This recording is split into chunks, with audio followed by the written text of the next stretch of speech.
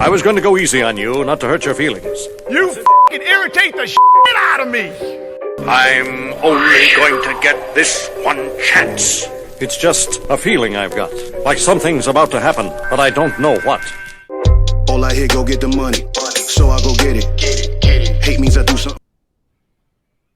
Hey, what's going on, peeps? Welcome to Gap Selling Keenan number 49.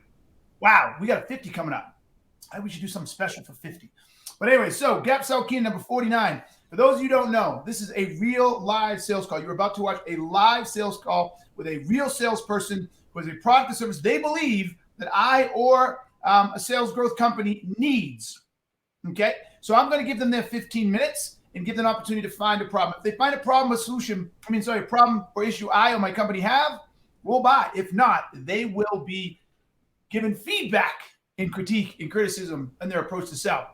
And this is real. We have already bought several things from several people, including one of the most recent we bought from their company and have now have bought a subscription, for lack of a better word, right? So it's a real opportunity. So today we have, let me set this up. We have a Mr.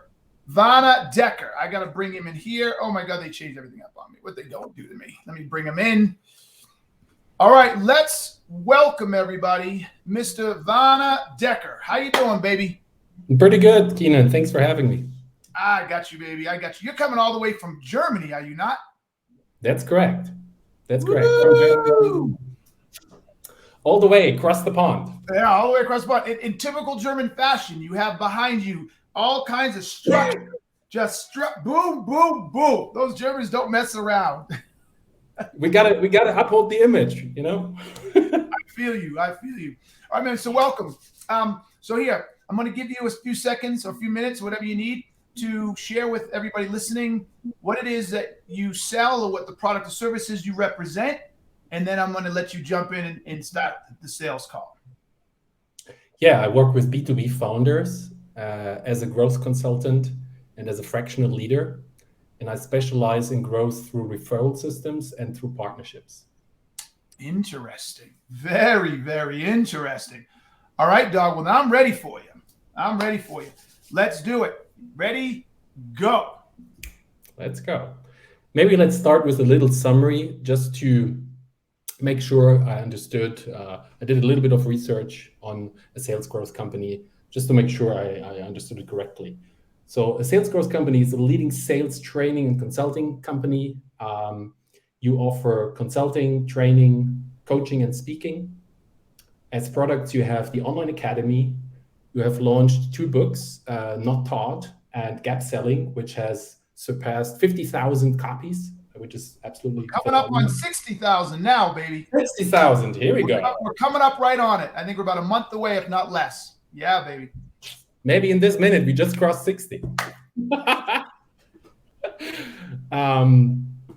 As marketing channels, you have YouTube, obviously, Google search ads, LinkedIn, Facebook, Instagram. You do tours. I learned that some customers have learned about you on tours where you have been speaking and they approached you afterwards. We did a tour. I don't know if we're going to do more tour, but we did a tour, that's for sure.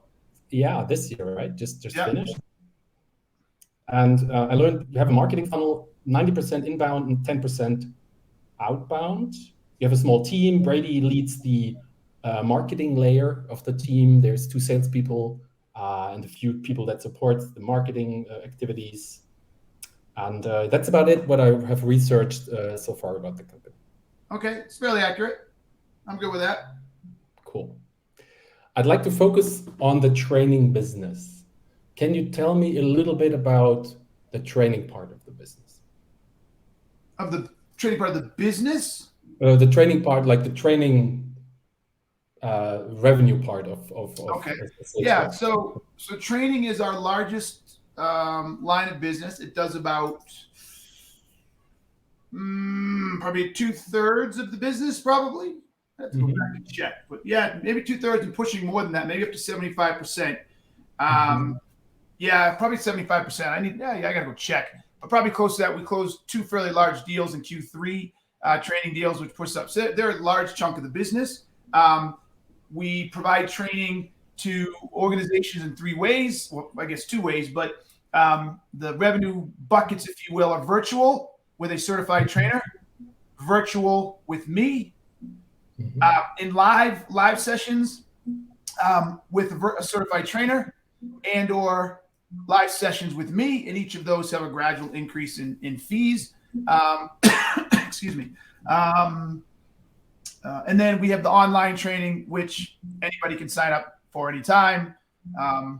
And that has a number of buckets as well. It has individual contributor, then small group, small company, and then enterprise. Yeah, cool. Yeah. You said in one live pitch, you said you prefer the training business. Why is that? Why is the scalable? It's much more scalable. Like as we grow and as we scale the training piece, we will absolutely scale the consulting as well. But trust me, man, consultants, I love consultants, but consultants suck because most consultants not like me, right? So what do the consultants do? They want to get paid $250,000, $300,000 a year, and then I'm supposed to serve them consulting opportunities. You know what I'm saying?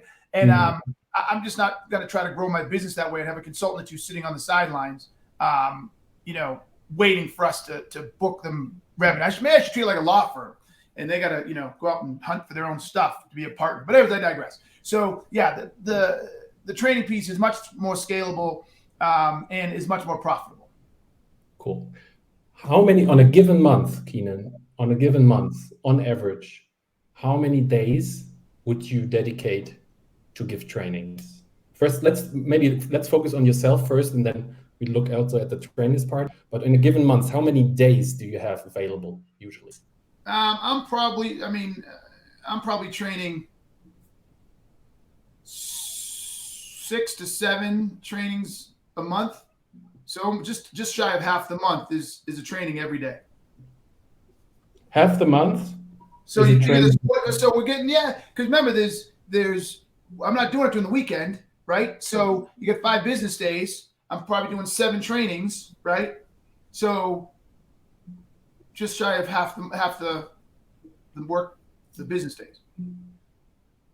And so 7 trainings a month. And how many days is a training? Is it 1 day or 2 days? Training 1 day. Training is 1 day. So you train on 7 days a month. Yeah. Some trainings are 2 days. So if I count those could fall into. So if it's virtual, it's 2 days. So I'm counting days I'm actually training, not the trainings, right? So some days the virtual trainings, like I have some coming up now, starting this week, where I'm training 2 days a week for the next 4 weeks or something like that. And I just came off another run where I was training almost 3 days a week or 4 days a week. But yeah, so it just, let's go with 4 days a week right now. 4 days. 3 days a week right now. Let's go with 3 days a week. 3 days. And would you be like, what would be like kind of for you the upper limit in terms of days? Of me training? Once a week max. Once a week max. Yeah, me training. Yeah, I'm gonna eat my breakfast, by the way, everybody. And what would be for the company the maximum of trainings you could do? What we could do, what we want to do. What you could do in terms of bandwidth per month. All right. I'm sorry. What was your question before? What do I want to do, or what's my bandwidth? How many do you do at the moment on average per month? Maybe let's look at the whole. Wait, let's stop. I want to make sure I understood the question right. Come back. You asked me, what question you asked me? How many do I want to do moving forward? Is that what you asked? Yes, as a business. That was the right answer. I want to do maybe 1 a week max. Okay. I can't be doing these every day. So I'll do 1 a max for high profile clients or something like that, right? 1 a week max. Then for the company, right now we could handle probably 3 to 4 a week.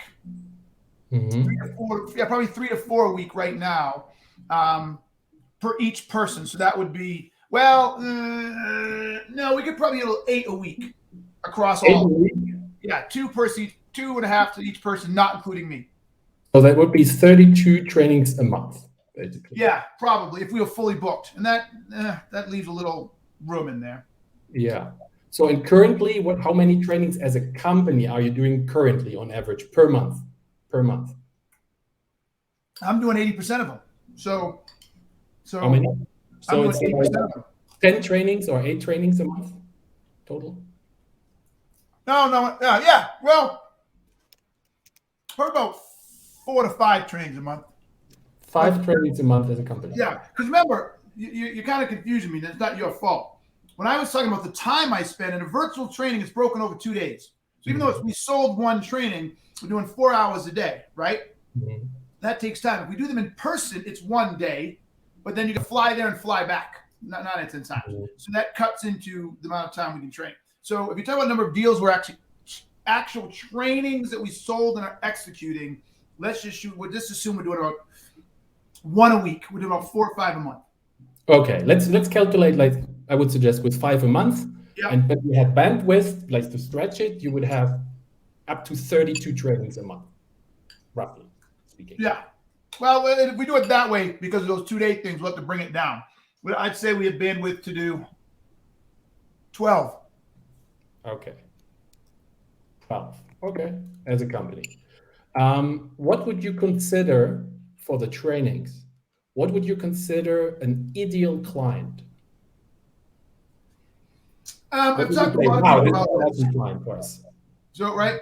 So, I've talked to a lot of people about this because we used to try to pick the size of a company, but that only plays a small role in it. But I guess an ideal client would be a company between 50 and about 250 salespeople. But what's more important is a super open client. So what's really ideal for us is less the size of the organization and more the openness of the sales leader and the sales organization. Like, how open are they to learning new methodologies? How committed are they to embracing them and let them sit in? Like, we did a training not too long ago. I don't even know why they did it, because their managers were coming in and trying to do pipeline reviews in the middle of the training. The managers weren't participating. I mean, it was a shit show. It was awful, right? And then I have another client who they're in full in. Like, they trained their entire team and then bought all kinds of online additional training for new people. They're getting their marketing people involved. They're going to have to start doing marketing around Gap Selling. So Gap Marketing, they want to do follow-on retention programs. Like, they are all in. So that it's the mentality more than just the size of the organization. I mean, we're doing a Fortune, I think the Fortune 10 starting tomorrow, right? Their entire Australian market, right? So we can do all sizes. It's more about the mentality of the leadership. And hold on really quickly. Raja, the reason there's so much confusion is the terms, how many trainings a day. Because we do virtual trainings, Raja, we break those over 2 days. So that's one sale, one training, but it's broken over 2 days. So that's the confusion when someone's asking how many trainings do we do in a day. We could, technically speaking, do 2 virtual trainings over 2 days. We do one in the morning for company A, half of it, company B in that second half of the afternoon. And then the next day we do company A in the morning and company B in the afternoon. That's 2 trainings, 2 days. Or we do two trainings over 2 days, but one sold training. That's the confusion. And Werner was trying to get that straight, and good for him for staying on it. I hope that helps, Roger. Absolutely. Yes. What I heard you saying, Keenan, is there's a quality part in terms of customers. They need to be open for the advice and your teaching, your training. But there's also the quantitative part, like the revenue part. I heard you say there's a stretch between 15 and 250. 50 to 250, yep. 50 and 250. Okay, so a smaller customer at 50 participants and the larger one up to 250. Yes. I say that now, but we just launched an enterprise licensing division, so that could change over time. We just actually closed a deal with a fairly large Swedish company where they are licensing Gap Selling, and they are training internally their trainers, and they will have a handful of 4 certified trainers, and they will do all the training themselves. They will have full, complete access to the licensing program, and they will pay us a licensing fee once a year. Interesting. So we're moving into that as well. So, I know I'm being a bit vague, and I'm sure people don't like it, but we're still figuring out where our ideal customer profile is based on the product set and offerings. Okay. Okay. How do you charge for those trainings? Per person. Per person, how much do you charge? So if it's stepped, but if it's a virtual training with one of our, this is probably go up soon, but we'll stay here for now.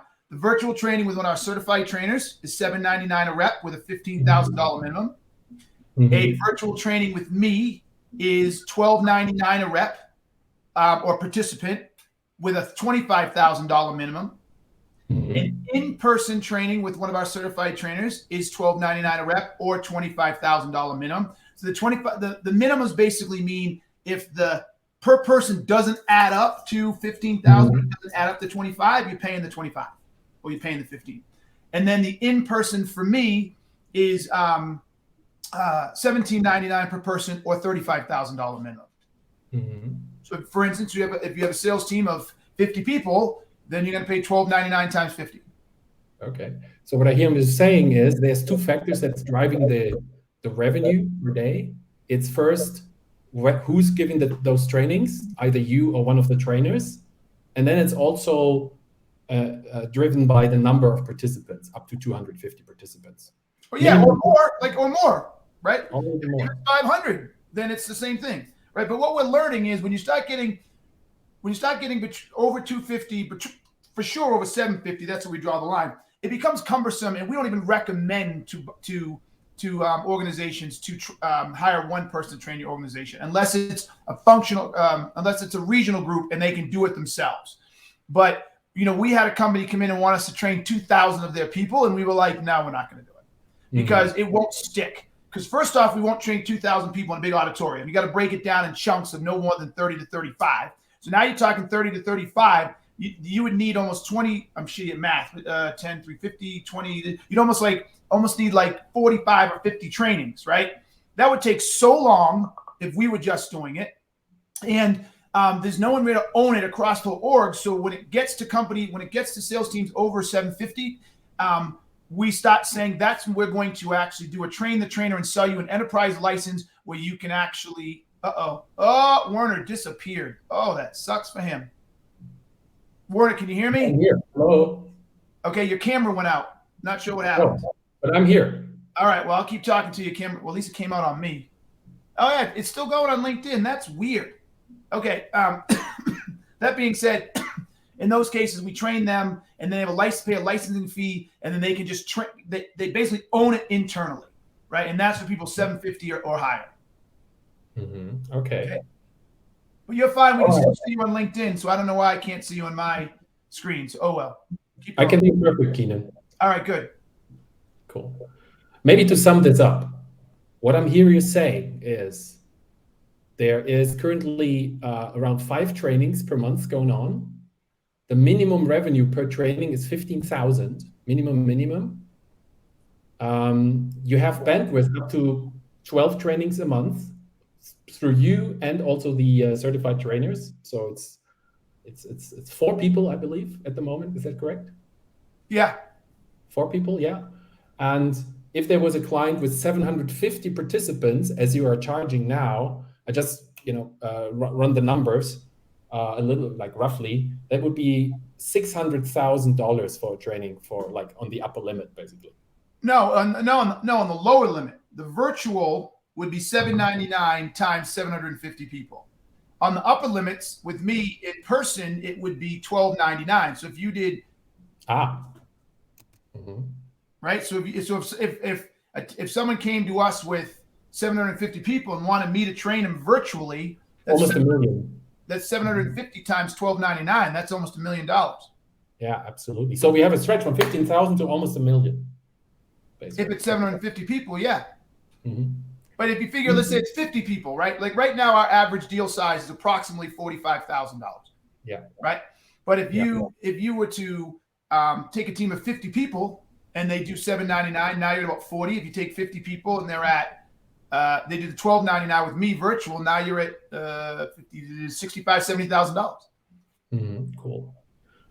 Keenan, can you walk me through your process and strategy of attracting and winning more of these high-level clients on the upper action? Yes, and just for the record, you're very methodical, and it shouldn't surprise me as making fun. Like you Germans are very methodical. So you're asking good questions. So I'm going to keep going, but you're already 14 minutes in. So in the future, I would, if I'm you, I would think about how can I get here a little faster. Yeah. Okay. So that being said, what is our approach to get clients right now? We are literally just about to launch. That's why many of you noticed the new branding. We said a sales growth company and not a sales guy, which is ASG staying a sales growth company versus a sales guy. We did that for a whole handful of reasons. But that being said, we're launching a new website in the next 2 weeks, maybe earlier, but every time I say it, it never comes out. It's a whole different discussion.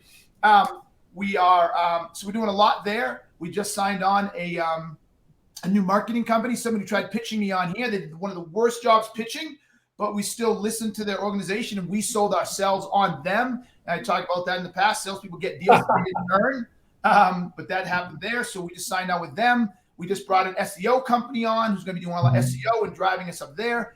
Our domain is changing from a salesguy.com to salesgrowth.com. So we're very pleased, excited about that. We're going to be increasing our online advertising budget. We have a new ad partner who's going to be doing that. And we're also bringing on a new general manager to lead the licensing division of the sales guys. So in all of our independent trainers, their job is to go out and grow that division. So we're spending a lot of money in 2022 around advertising, brand awareness. We're going to be launching a new viral campaign. We're talking 2 new viral campaigns. One will probably happen the next couple of weeks. One coming end of Q1 I'm excited about. So we're doing a lot, my man. We're doing a lot. Yeah. Now that Awesome. I feel that we're doing almost too much. We don't have enough. Yeah. And in terms of customer satisfaction, when you run those trainings, is there do you monitor customer satisfaction in some way? Yeah, do you have we do. NPS scores? NPS We do scores? have an NPS. We do have an NPS score, and we do monitor it. How is it, the average? Okay, I gotta go look. I don't know it off the top of my head. So while you asking questions, I can go look. Is it rather like an 8? Is it a 9? Is it a 10? Or towards a 10? What is it? No, it's in this. Last I saw was in the 60s, I think. Hold on. It was fairly high. I don't know how to compare it to other people in our space, but hope I don't lose you while I do this. If I lose you while I do this, I'll be mad. But you keep asking questions, but I'll tell you in a second. But I can tell you this. I can tell you a couple of things if you care. We're going to start using our survey results in our marketing because they're off the charts. Mm-hmm. They're off the charts. Mm-hmm. Cool. So what I'm hearing you saying, Keenan, is you have a lot of initiatives going on. The customers, your training customers, are super happy with the trainings you were given. You did not mention a process, a structured process of getting high leverage, high quality referrals. No. From your customers to other customers. Like, for example, your customer, what was his name? Darren Gloucester, who was very happy with your services, became almost a friend of yours, or is a friend of yours. I met him. He's a friend of mine because we worked together. I didn't know him before we worked together. Yeah, exactly. Because of how well connected is he? How many other COOs, CEOs does he know? And have you guys a process of asking your high-level clients for warm intros to other companies? It's a good. We don't really have, we don't have a process for that. We don't. Is there a specific reason for that? Our NPS score is 31.7. So 47% of our people are promoters. I think that's exceedingly high, actually. For anybody knows NPS. So in other words, of all the people taking the test, 47.6 give us a 9 or a 10. 36% give us a passive, and 15% are detractors. So they get a score of 31.7. 46.9% of all people who go through the training says they're going to change the way they sell. Mm-hmm. So yeah, we have a lot. 35% said they learned a ton. 57% they learned several new things. So almost 85% they all learn new stuff. Awesome. So yeah, so it's good. Here's your answer to that last question. Yeah. So your clients are super happy with super happy. Yeah. Yeah. And what I also hear you say, you don't have a process for collecting introductions from your clients to other clients who might be in need of your awesome services. No, we don't. Mm-hmm. How is it for you when a trusted advisor or a trusted friend makes a recommendation to you and saying, hey, we have been working with this person, awesome results, I suggest you have a chat? Uh-oh, I lost you. Hey, Keenan, I hear you. Okay. Yeah. So what's the question? So the question is, how is that for you when? Come on, man! Don't sell me. Come on! Don't try to sell me on referrals. That was a dumb question. We all know that referrals are valuable. Right? So you're doing really well, but don't go start asking those dumb questions. How's it for you? Right? Yeah, We all know that if someone I like and respect says, "Hey, you need this," and I'm in the market, I'm like, "Let's go." So yes, you know the answer already. Don't ask those leading type of questions. They're annoying. Yeah, you're right. Sorry. Okay, cool. Maybe to sum it up. Okay, what problem? Wait, whoa. What problem have you found? So you haven't found a problem. That which kind of sucks. You haven't found a problem. You found a technical problem. What was the technical problem you found? No, I think I found a business problem. Ooh, okay. What's the business problem? Ooh, that's good. You have no predictable way of bringing in those high-level clients, those bigger clients. Okay, so no predictable way. Now, no scalable, predictable way of bringing in those bigger clients. Okay, so now watch this. Watch this. A predictable way. A way, what is that? If I had a way, what would I have? Germans, you know the word. A what? A process. A process. So, a process or a tool, what kind of problem is that? That's a technical problem.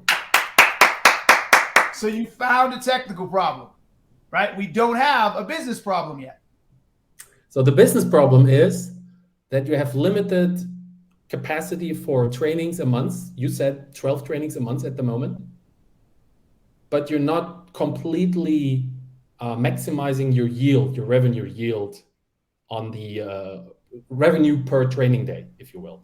So because you have smaller ones, $15,000, probably you have many clients around like 100, 200, 300,000, but you're not maximizing the revenue potential of your training days. That's the business problem. All right, I can get behind that. Absolutely, I can get behind that. Now that was good. Yep, very good. We're not maximizing our trainings. We have more trainings we could do in a month. But I think the word we'll use, we're not fully utilized. Yeah, not fully utilized. Yeah, exactly. That's the one. And I would also look at another potential problem. Do you have any insight how many people have bought the book? None. And then booked the online academy, because the book is $17.99 and the online academy is $500. And in the book, I couldn't find any hint about your awesome online academy. So very good. So a couple things on that. We built the book.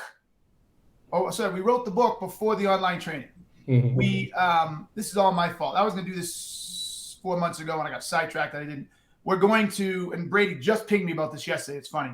We're going to create a QR code and we're going to redo the inside of the book. We're going to add that to the inside of the book, and then people will be able to do the QR code and we'll point people to the online training.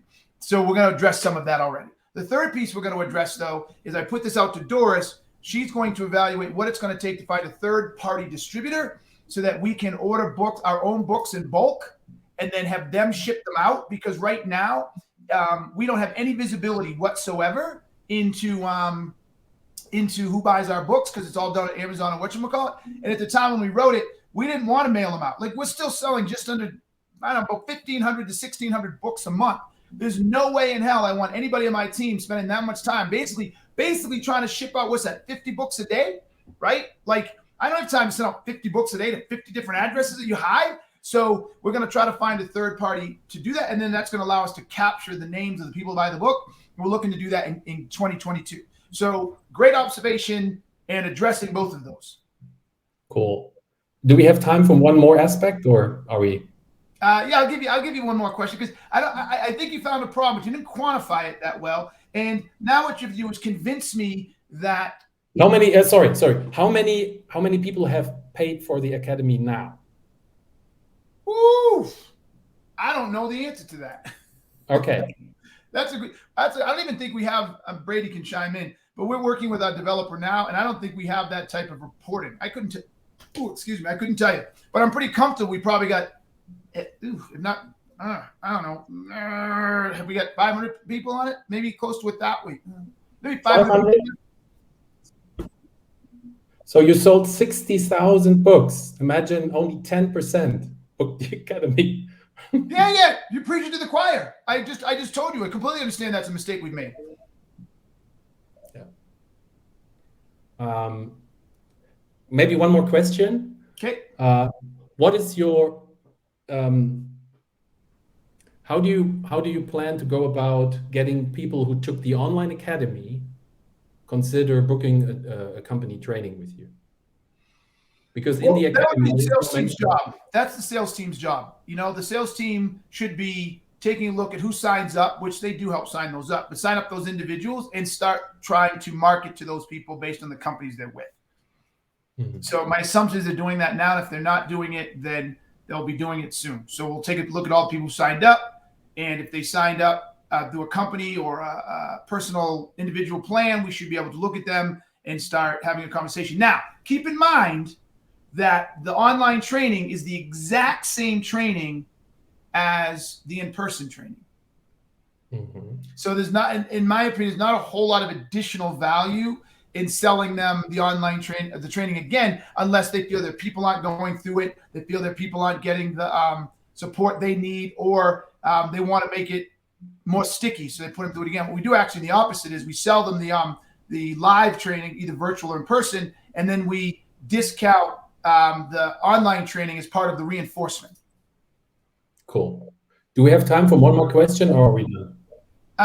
This last question better be a good one, because look, here's the deal. This last question has got to get me to a place that I feel my problem is big enough to buy, right? So you said, okay, yeah, I'm not utilizing it, but I'm not quite sure how you're going to do it. And you haven't convinced me that this is what you missed. This is what you missed. Everybody pay attention now. Here comes the feedback. I let him go a long time because he was asking decent questions, but this is his miss now. He has not shown me or gotten me to see how many referrals that I could have gotten, or I think I could have gotten, had I had his plan or process or approach.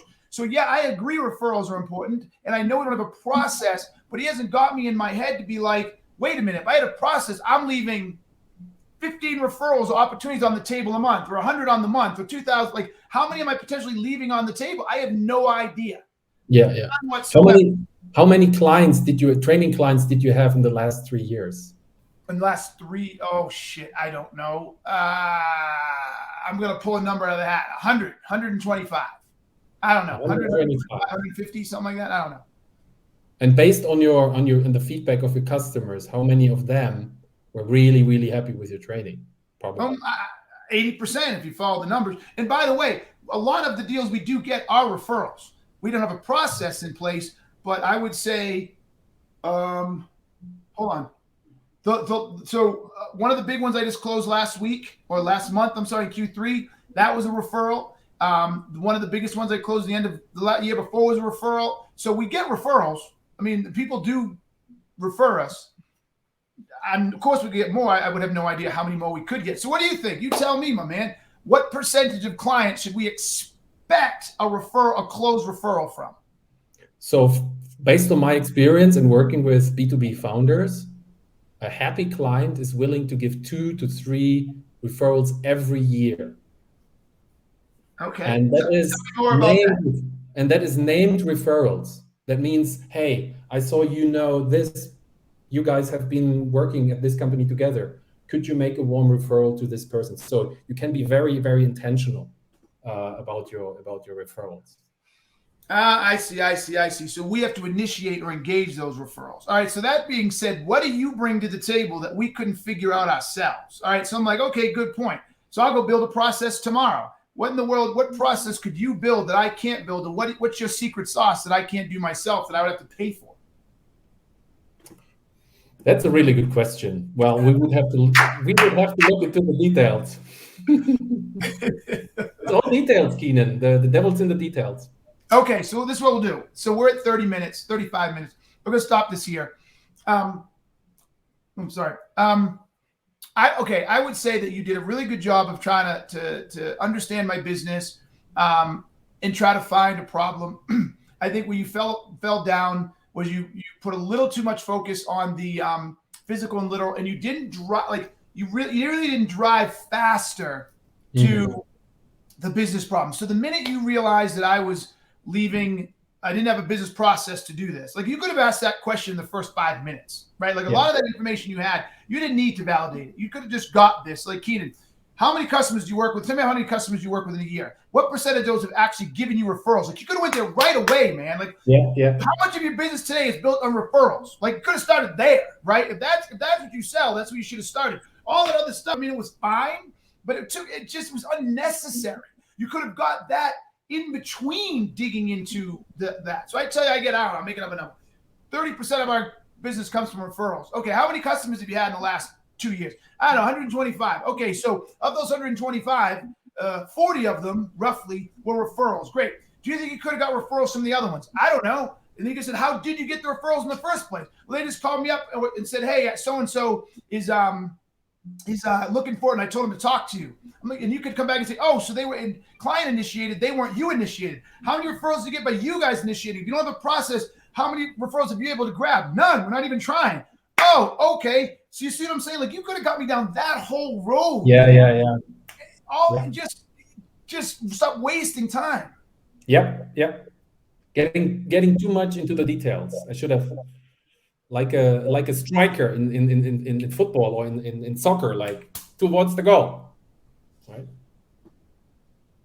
Yes, like a doctor. Like a doctor doesn't start asking you what you eat until he starts digging into what he thinks the problem is. Like, you come in and he says something, I got a problem in my stomach. Okay, describe the problem. Where does it hurt? How often does it hurt? Blah, blah, blah. Then when they start to figure out, like, okay, what have you eaten? Like, they don't start saying, well, so tell me a little bit about how often you have this pain over the last 6 years. And now your aunt or uncle, they may have stomach problems as well. Like, they start narrow and go wider. You see what I'm saying? And then come back in. So they're a lot faster. One final question, Keenan, if you permit. How does the amount of customers you attract relate to your ability to attract more trainers based on your conversations with trainers? Right now, there's not a real correlation, but there will be over time. So trust me, ideally, we'd like to get to a place with our certified trainers in the licensing business that we are driving them leads and sending them leads. And so that they can close their own business and make a lot more money, right? So that to the extent that we can continue to drive more interest, and especially referral interest, the more valuable we are to our licensing network, if you will, right? So, but right now there's no real correlation because we're too small. We're in the infancy stage. Cool. Thank you. Okay. All right, man. Was that helpful? Absolutely. Okay. So here's the deal. I think you earned a second call if you want it, but I'm going to be perfectly frank. And so you're going to have to be really damn good. I just don't see that you're offering something that's a high barrier to entry that I can't do myself. So you did a great job of convincing me that we probably need to build a referral network. But unless there's some secret sauce to our referral network process that companies go out and do and screw up and burn months at a time, that you can give us or teach us that we can't do on our own, you've sold me on the idea that we probably need to add this piece in. So if my team is listening, Christian and Mark, you guys need to get on that. But if not, then if there's a secret sauce, I'll listen to it. But you got to be. I'm already saying it's gonna be a high bar. It's gonna be a high bar. I do have a secret sauce. Okay. All right. Yep. Well, then hit up Brady or hit up me, and we'll give you 30 more minutes. Cool. All right. Thank you.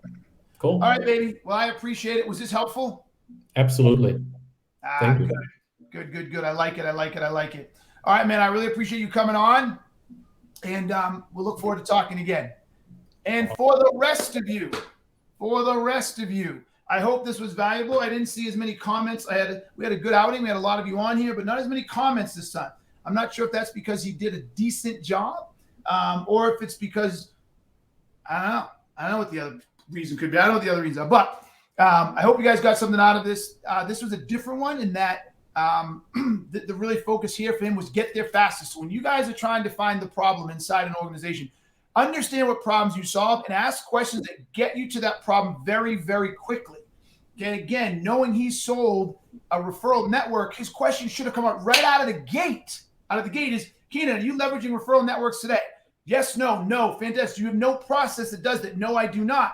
How many customers have you had in a year, right? Do you believe in referral networks? Of course I believe in referral networks. Okay, so if you have no process, do you get how much of business you get today from referrals? We get about 25 or 30%. Well, that's actually pretty good. And so are you asking for those? They come at you automatically. No, they're coming to us automatically. So your service is that good that they come to you. Yes. So do you think potentially there are clients out there who would refer you if you gave them an opportunity of reminding them? Probably so. Why don't you have a process? No, I've never thought about it. I could go on and on and on and on and on. And in that 5-minute conversation, I threw all that shit out there. You know how much deeper I would be in the space where I can actually make a difference as opposed to all over the place. Like, wow. So I think he did a good job. It just took him way too long. Way too long. So everybody, was this helpful? Drop in the comments, let me know. That being said, also text me here and or DM me on LinkedIn if you want a shot at Gap Selling Keenan. And guys, this is real. Like we should probably tally it up. Brady, one of these days we should tally up how much money we've spent on people that have sold us. Not a lot of people have sold us, but we are buying stuff from people who actually find a problem we have. We just closed the deal. Someone right now with an annual contract close to 70-something K, 72K, I think if my math is right, 72K for their services. So if you find a problem we have and you can solve it, we'll buy it. All right, folks. So until next time, until Gap Sell 50, keep on gap selling. Go buy the book, learn it, and until next time, peace. I'm out.